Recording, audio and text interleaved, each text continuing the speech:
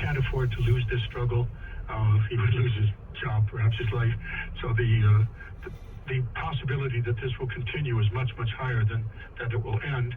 The only way it might end is what everybody's been talking about all along, perhaps a coup within the top to remove Mr. Putin from power. But of course, right now, the people closest to that power might be even worse in terms of carrying on this war. We can't be sure that it won't be, some general who said, we've had enough of this, we're sorry about that, we're pulling out. It could get worse. So at the moment, unfortunately, as winter settles in, darkness is settling in as well. Do you have any sense of the capacity of Russia as a state to continue this conflict from a resource perspective? Their military has been beaten down. They're taking severe casualties. How much longer can they keep this up, Professor? Do you have a sense of their ability to continue to pour resources into this fight? Hard resources, men and guns and bullets and things of that nature? Yes, it's a question of willingness, not resources. If you take a look at resources, the Ukraine's primary resources are currently under Russian occupation. They took the very best parts of the Donbass, and they have vastly superior resources. If they're willing to go to more of a conscript army, which could lead to dissent at home, but they've already thrown 300,000 conscripts into this battle. They have more resources to draw upon if they are willing to do so than Ukraine can manage.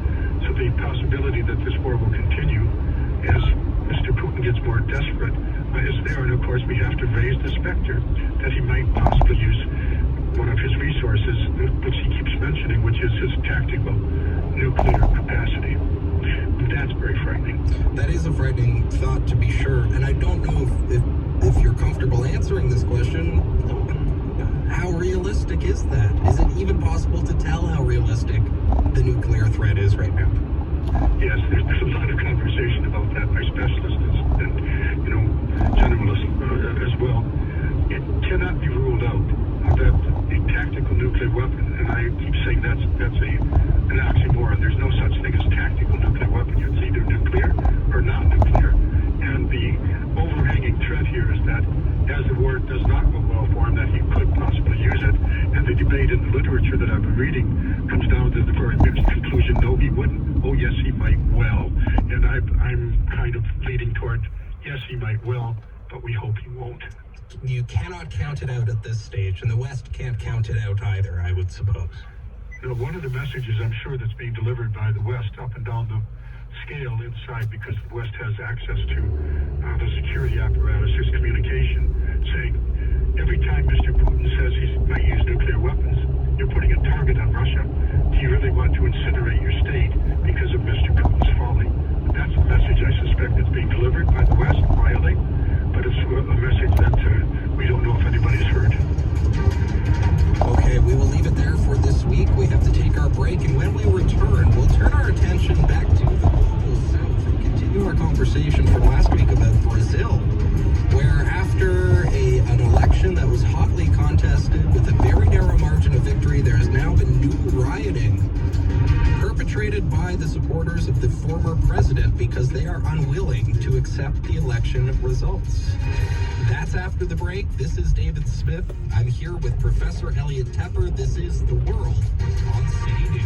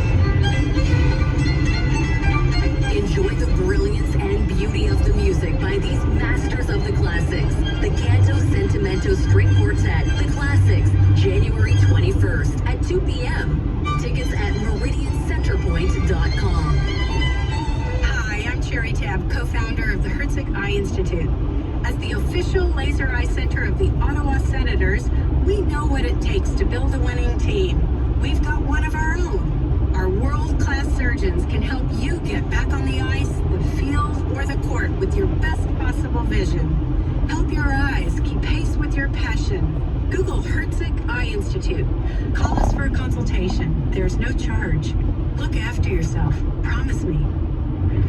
International news, views, and issues through a Canadian lens. You're listening to The World of Elliot Tepper on City News.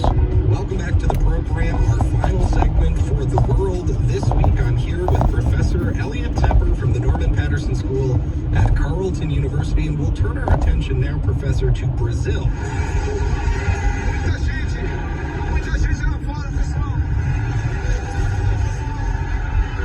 Riots in the capital, Brasilia, last week, reminiscent of the Capitol insurrection in Washington, D.C.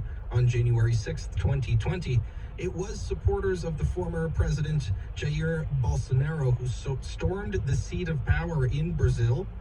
Those supporters, they want the election of newly sworn-in President Luiz Inácio Lula da Silva overturned. In response, President Lula now says he will purge Bolsonaro loyalists from Brazilian security forces, and says security forces themselves were complicit in allowing the riot to take place. Lula says he will weed out those supporters of his predecessor from the ranks. Professor Tepper, what do you make of all these developments, the violent developments in Brazil? Well, in one way, it seems passingly strange. The inauguration, David, has already happened. It came after the inauguration, not before.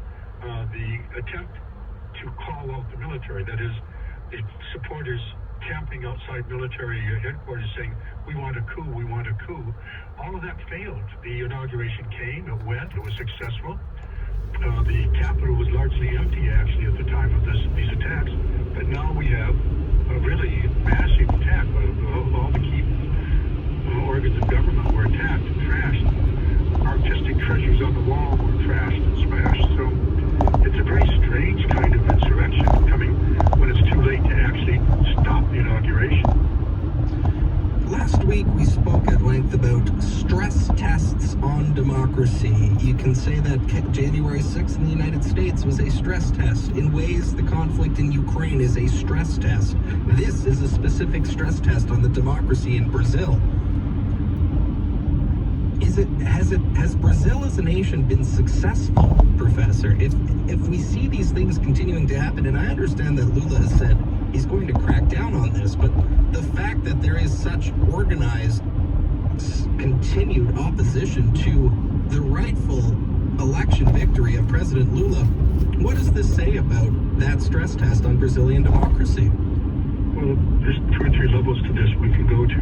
The first is that the quick public opinion poll since then shows an overwhelming denunciation of this violence.